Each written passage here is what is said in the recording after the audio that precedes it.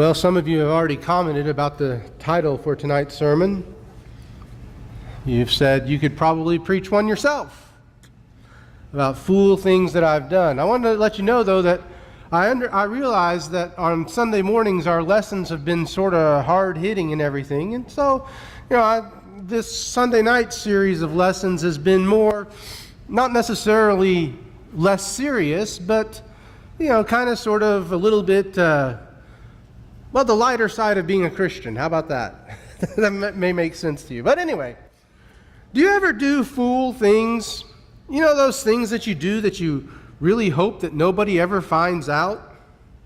You pull some stupid stunt and immediately you look around so sure that there are 1 million people just standing there laughing at what a miserable thing you just did. They made an entire television show about this. Candid Camera. I mean, you watch some of those episodes, and then even on late night talk show, Jay Leno, when he was host of the Tonight Show, had jaywalking, where he would ask people simple questions, and they couldn't figure them out. They would give some of the most outrageous answers. Well, we've all done fool things. Let me share with you one of the fool things that I have done. It happened a while back, but when I was a senior in high school, I opened my very own checking account. Now, when you open up a checking account, even way back then, they gave you this wonderful little card. And that card was great. I could put it in any ATM machine and get back pictures of dead presidents on green paper. And it was wonderful. I mean, that thing worked great. It was wonderful. I was so thrilled to have that. It was awesome. Well, I went up to the bank one Friday afternoon about 5:30. Needed to get some money. Probably had a hot date that night or something, but pulled the card from my wallet, stuck it in the machine, typed in my code, beep, beep, beep, beep, beep. And the screen said, please re-enter your code. Thought, well, maybe I transposed some of the numbers, which is a trick to transpose my code, because my code was my graduation year, 88, and my soccer number, 00. And I don't use that code anymore, just so you know. But anyway, that's hard to transpose those numbers. But anyway, so I entered it again very carefully, and guess what? The machine spit out a piece of paper, but it wasn't green and didn't have any dead presidents on it. And it didn't give me my card back. Now, in this little building, there was a red phone. So I went over and I grabbed that red phone and immediately thought I would be speaking to the President of the United States. And I said, your machine ate my card. And the very nice lady, on the other hand, I wasn't nearly as good in pressure situations then as I am now. But the nice lady on the other hand calmed me down and asked me to read her the series of numbers across the paper that the machine had given to me. And I did, and she said, oh, Mr. Dye. That made me feel good. I'm Mr. Mr. Dye, you entered your Visa card instead of your ATM card. My parents had given me a Visa card to use in the event of emergencies and so forth. And so they said, if you'd like, we can mail you your Visa card on Monday, or you can come by on Monday and pick it up. I said, I'll pick it up on Monday. I didn't want my parents to find out. I don't know, maybe it's news to them. Anyway, but because, they would get the mail. I didn't want them to get the mail and get my card. And so anyway, I had no idea that I'd ever use that story in a sermon, let alone one with them sitting in the audience. But it's just one example of the fool things that I've done in my life. And I'm sure you could tell some stories too. Most everyone keeps 2 boxes, either mentally or physically. And one is the good memories that you have. And the other, foolish memories. I used to have a box where I would keep all of my the notes that people gave me as I was growing up, and and so forth, notes of encouragement and everything. And I had a box, and I would keep that box and read through those notes every once in a while when I was down and so forth. It was a real blessing. Well, at the beginning of my senior year of college, I was hired as a youth minister at one of the congregations in Oklahoma City. And they even gave me my own little office and everything. It was great. I felt really important. And one of the things that I took to my office on that day was that little box to set up there in my office and everything. I had it set up. It was a great little office. Well, that very night, the night that it was announced that I was hired as a youth minister, apparently some of the youths in the neighborhood where the church building was got a little cold, and so they decided to start a fire in the church building, probably to cover up for the break-in that they had done several weeks earlier. But anyway, so that box went away. And it's really a shame, too, because there have been more than once that I really could have used some of that encouragement. But now I keep that box up here. And sometimes up here isn't quite as reliable as writing it down, so I'll write some things down and all. But I also had a Fool Things I've Done box. And it were things like that ATM fiasco. It was lost too, probably on purpose. But we need to remember the fool things we have done to keep our sense of humor and to help with the balance between egotism and depression. We all act the fool every now and again. Even Samuel in the Bible said, "Surely I have acted like a fool and have erred greatly." 1 Samuel 26:21. If even Samuel who was a prophet, can admit acting like a fool, certainly we can admit that we've done it at times as well, and when our lives were just a little bit less than perfect. It's said that Edward M. Stanton, President Lincoln's war secretary, once refused to carry out a presidential order. And he was said to even have called President Lincoln a fool for issuing such an order. Well, Lincoln was told about this, and Lincoln issued the classic reply, "If Stanton said I'm a fool, then I must be, for he is nearly always right. I'll just step over and see for myself." And Stanton convinced him to change the order. It's reported that Benjamin Franklin had taken a personal inventory, and he wrote down 13 faults that he thought he had. He put them in a list and wrote them down in that list and battled them one at a time. He'd take them on one each day, and he kept records of who he thought won the battle that day. He kept this up for more than 2 years. And no wonder he was such a well-liked individual. Each of us do fool things. Sometimes we can look back on them and laugh, like my ATM story. Other times they're much more severe. In fact, sometimes the fool things that we do can be downright sinful. Tonight I want us to look at 8 fool things that I've done, and maybe that you've done, that fit into that latter category. The first of these is I've blamed my troubles on other people. I've blamed my troubles on other people. It is so easy when things don't work out like you intended for them to. It is so easy to say, "Look what you made me do." Isn't it? Look what you made me do. It's far easier to blame others. Excuse me. It's far easier to blame others than to apologize and take the blame for your own behavior.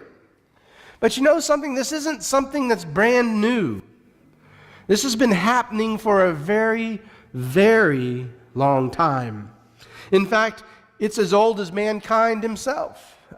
In the Garden of Eden, Adam said in Genesis 3:12-13, "The woman you put here with me, she gave me some fruit from the tree, and I ate it. Then the Lord God said to the woman, 'What is this you have done?' The woman said, 'The serpent deceived me, and I ate.'"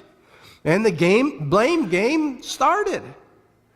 Did you catch that? Adam blamed Eve. Eve blamed the serpent. And, no one was responsible for their own actions. Now, it's true that Eve sinned, and equally true that she offered the fruit to Adam. But the Bible doesn't say that she held Adam down and force-fed him. Okay? The Bible says she said, "Here, eat this," and he did. It was that simple. And besides, there's also evidence from the text that Adam was there when the serpent was tempting Eve, and he didn't do his job in protecting his wife from the serpent's deception and from the serpent's temptation. But it was Adam's show from then on. He could have refused or he could have accepted, and he chose to accept, and to make matters worse, he blamed the woman. But more than even blaming the woman, notice what he said. "The woman you gave me." He blamed God. He blamed God for his sin. It was anyone's fault but my own. And you know what? People have been doing the same thing ever since. In 1 Samuel 15, the prophet Samuel accused King Saul of disobeying God in the battle against the Amalekites. King Saul answered Samuel, "The soldiers wanted to do it. They took the plunder. They didn't destroy the Amalekites." As if his desires as their king played no part in their decision. Right? The king wasn't in charge. The soldiers were. He could have used his influence to carry out God's command. Well, the people were punished, but so was King Saul. For we are accountable both for what we do, and we are accountable for what we allow others to do and to be done. In Galatians 6, verse 5, the Bible tells us, "For each one should carry his own load." It is foolish and even sinful to blame your troubles and to blame your mistakes on other people. A second fool thing that I've done: I've let other people's problems affect me. I've let other people's problems affect me. Have you heard the story about the executive who was trying to get his employees to be more punctual? And so he had a big meeting of all of his employees and said, "We have been getting here late, we've been leaving early, we've been taking long lunches, and it's got to stop. And, now perhaps it's been my fault because as the main person, I haven't been setting a good example. I've been doing the same thing. I'll shape up and I expect you to follow my example." Well, he meant well, but a couple of weeks later, he stayed too long at a lunch appointment.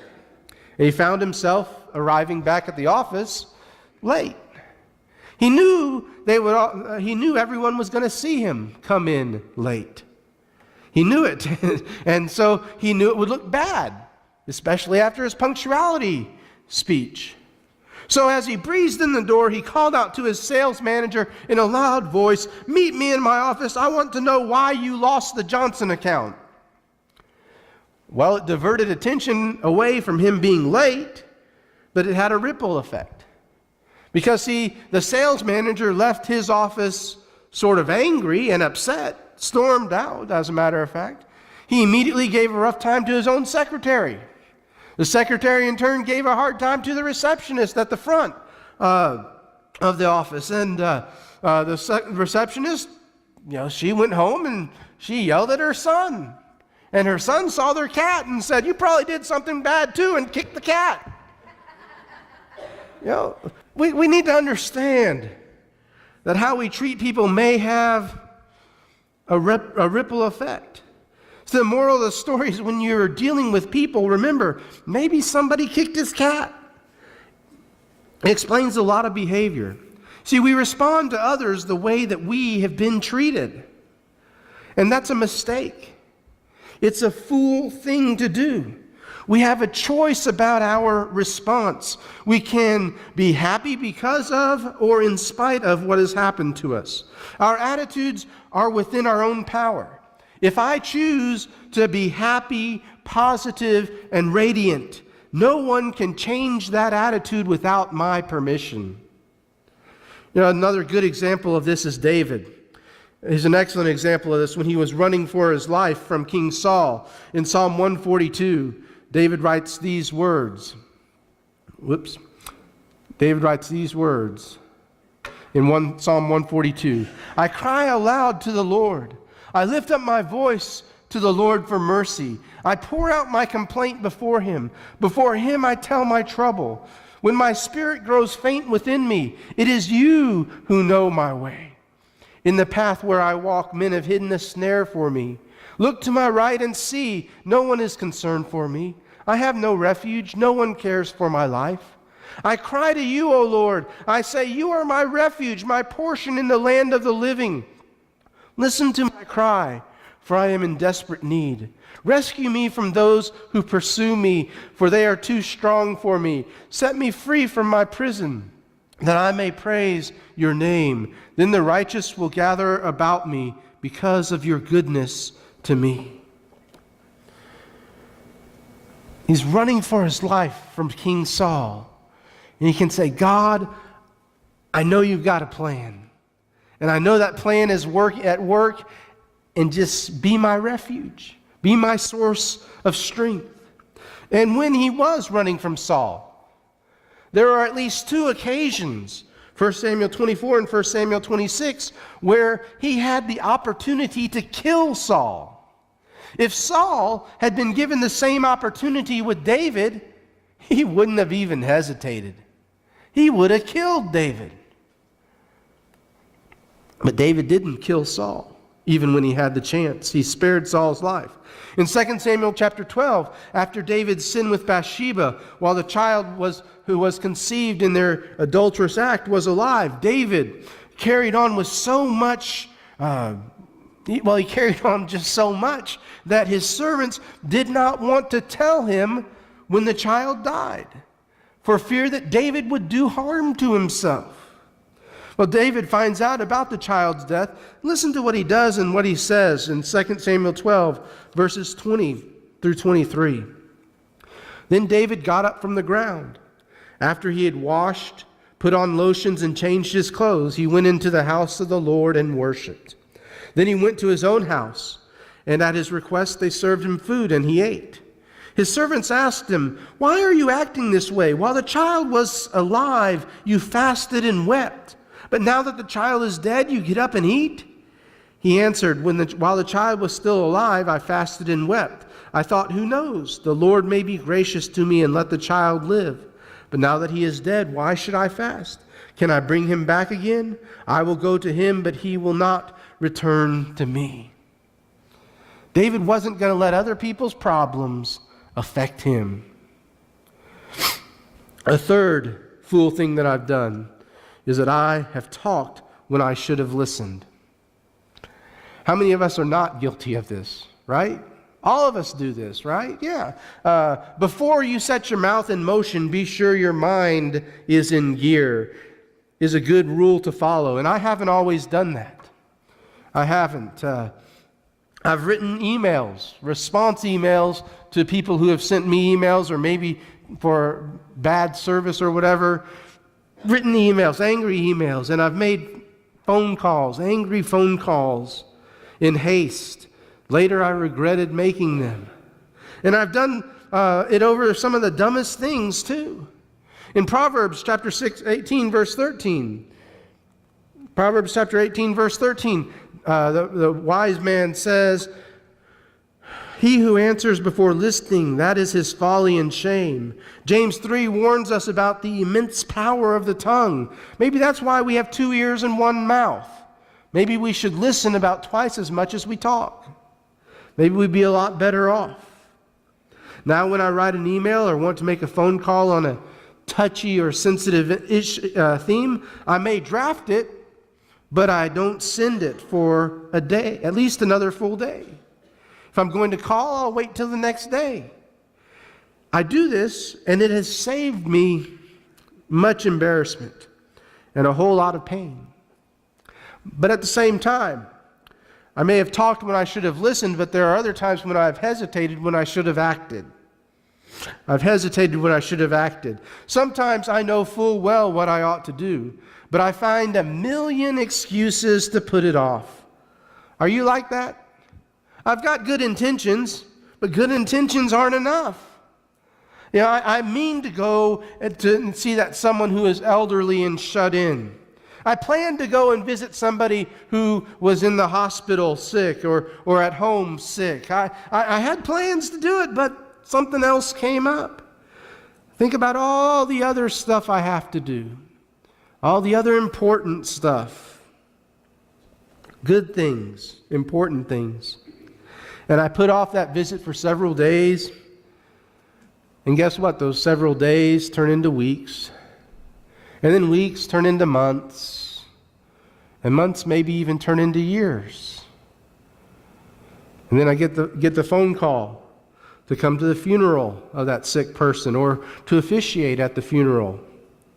You know, James tells us about this sort of thing in James chapter 4, verse 17. He says, anyone then who knows the good he ought to do and doesn't do it, sins.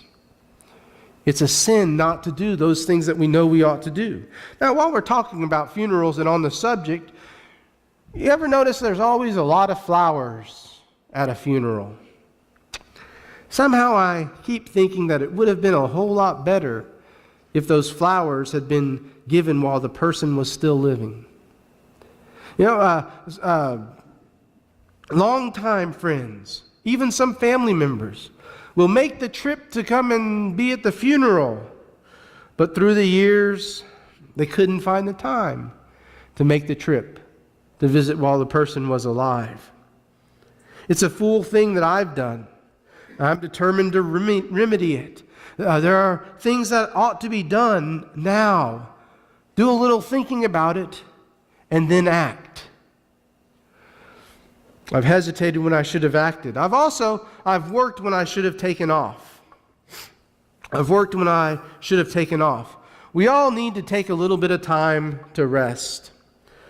Every place that I've preached, when I was speaking with them about the position and everything, I have requested to be given 1 day a week off, in addition to quote-unquote Saturday being a day off and everything. But and without fail, I've always received it. And it's never really actually been a set day, just sort of a floating time whenever I felt I needed it, I could take off and everything. Here, since the office is closed on Friday, I take Fridays off. And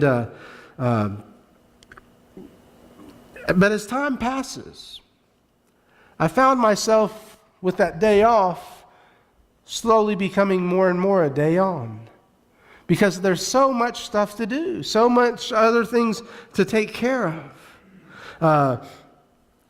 So since I've moved here, I've made a concentrated effort to make sure that I take Fridays off. Now, that's not to say that if you need something on Friday, you can't call me, okay? That's not what I'm saying at all. What I'm saying is I'm making a concentrated effort to preach to myself, to take that day off. You know, to take that day off, and maybe I'll go and play golf sometime. If some of you want to help me with that, by the way, give me a call, okay? Because Lynn, every time I play with Lynn, he has to have back surgery afterwards. So, anyway, but, you know, the opposite, though, is also true. There are some people who are so lazy, you think that they're in a contest for laziness and they're running away with it, so to speak, if it didn't require effort to run away with their laziness, I guess. We need to work hard and we need to play hard. And there are times to do both. Jesus tells his disciples in Mark chapter 6, verse 31, "Come with me by yourselves to a quiet place and get some rest." This is good advice to follow. Take some time off. Spend it with your family, with your loved ones, and your friends. Next, I've worried when I should have prayed. This is probably the most foolish thing that I've ever done. It's just plain ignorant to worry and fret when you believe in God. He is in control. He is in power. He knows what he's doing. fact, the Bible urges us, cast all your anxiety on him because he cares for you. 1 Peter 5, verse 7. People who worry excessively wear a sign for all to see that says, I don't pray. Jesus saw folks who were worried about food and clothes and other physical things, and he made them this exact same promise that he makes to us in Matthew chapter 6, verses 25 through 34. Matthew chapter 6, verses 25 through 34. He says, Therefore I tell you, do not worry about your life, what you will eat or drink, or about your body, what you will wear. Is not life more important than food, and the body more important than clothes? Look at the birds of the air. They do not sow or reap or store away in barns, yet your heavenly Father feeds them. Are you not much more valuable than they? Who of you by worrying can add a single hour to his life? And why do you worry about clothes? See how the lilies of the field grow? They do not labor or spin. Yet I tell you that not even Solomon, in all of his splendor, was dressed like one of these. If that's how God clothes the grass of the field, which is here today and tomorrow is thrown into the fire, will he not much more clothe you, O you of little faith? So do not worry, saying, What shall we eat? Or what shall we drink? Or what shall we wear? For the pagans run after these things, and your heavenly Father knows that you need them. But seek first his kingdom and his righteousness, and all these things will be given to you as well. Therefore, do not worry about tomorrow, for tomorrow will worry about itself. Each day has enough trouble of its own. It's a matter of priority and trust. Prayer will drive out worry, or worry will drive out prayer. And it's up to us to make the determination as to which happens. Next, I've listened to the wrong people. You ever listen to someone suggest that you do something only to find out later that they really didn't have your best interest in heart? They really were just trying to set you up for a fall. They were really just setting you up to embarrass you, to laugh at you. It's never much fun for that to happen. I've listened to the wrong people. Israel got in trouble with this a long time ago. 10 spies said they couldn't take the land, that God had said they could take the land and he was going to give to them. 2, Joshua and Caleb, said that they could. The majority is not always right. I saw a bumper sticker the other day. It said, God plus 1 equals the majority. And you know what? I disagree with that bumper sticker. God equals the majority. He doesn't need me. He doesn't need my vote. God equals the majority. If I want to be in the majority, then I will be on God's side and not try to make him be on my side. So watch who you listen to. Sometimes a little bad advice means a lot of heartache and trouble down the road. This should not surprise us, though. We were warned by the pen of the Apostle Paul in 1 Corinthians chapter 15, verse 33. He says, Do not be misled. Bad company corrupts good character. Then the 8th and final fool thing that I've done, well, maybe not final, but for tonight's purposes, the final fool thing that I've done, I've majored in minors. I've majored in minors. This may shock some of you, but in the 2 years of marriage, 24, it's going to happen again tonight. In the 24 years of marriage, Monica and I have had a disagreement once upon a time. And when we had this disagreement, tempers flared. Words were said that could hurt far worse than any stick or stone ever thrown. Not that anything was thrown, okay? Don't misunderstand me. But during this cooling off period, she was in the bedroom, I was in the living room, and I started to think, did you know I couldn't even remember what the disagreement was about? I couldn't. I tried. I really did. I couldn't for the life of me think of it. And then I asked myself, what is really important? I reminded myself that Monica is a warm and loving, loyal woman. Her love and devotion to me are without question.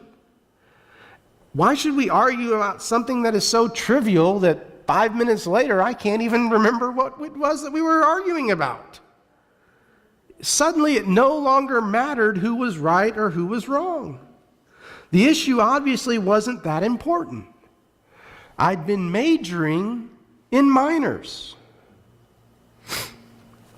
I also want to tell you a story and take an example from a building project. When I was growing up, I remember my dad coming home from a building committee meeting for the church where we were attending.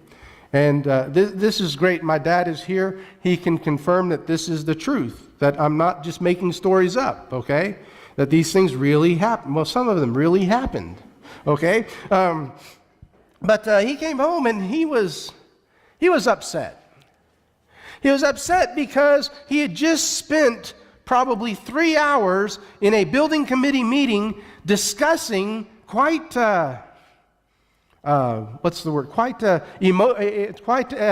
emotionally discussing whether or not the parking lot should have parking places that were head on or at an angle. They had discussed that for 3 hours. And the next one was going to be over whether the lines should be yellow or white. And there were people who held strong opinions both ways. And really, it doesn't matter. Okay, well, it does matter as far as angled or straight on, because straight on you get more parking places, okay? But really it doesn't matter one way or the other. It's not going to make that much difference for the parking lot. I just mentioned the Israelites when they listened to the 10 spies instead of the 2 spies. That's a classic example of majoring in minors. You see, the minor factors were stated by the 10 spies. Big fortified cities, big fortified people, all physical things. Joshua and Caleb, to no avail, tried to remind the people of the major factor. God said they could do it, and God said they would do it.